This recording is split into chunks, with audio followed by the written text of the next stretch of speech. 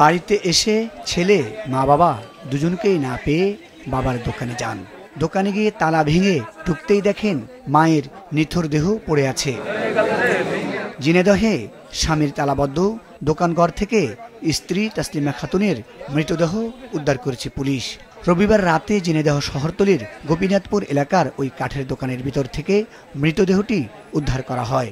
এই ঘটনার পর থেকে তাসলিমা খাতুনের স্বামী লাল মিয়া পলাতক রয়েছে।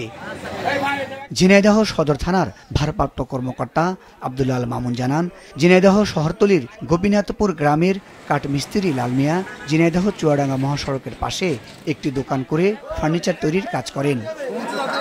সকালে লাল মিয়া দোকানে এলে বাড়ি থেকে তার স্ত্রী তাসলিমা খাতুনও দোকানে আসেন। বিকেলে তার ছেলে বাড়িতে এসে মা বাবা কাউকে খুঁজে পায় না। অনেক খোঁজাখুঁজির পরে তাদের কাঠের দোকানে গেলে ঘরের ভিতর তার মা তাসলিমার মৃতদেহ দেখতে পায়। হতভম্ব হয়ে পড়ে সে। চিৎকার করতে থাকলে চারপাশ থেকে জড় হয় মানুষ। তখন পুলিশকে খবর দিলে পুলিশ এসে তার মৃতদেহ উদ্ধার করে। পরে ময়নাতদন্তের জন্য সদর হাসপাতালের মর্গে পাঠায়। প্রাথমিকভাবে এটি একটি পরিকল্পিত হত্যাকাণ্ড বলে ধারণা করছে পুলিশ।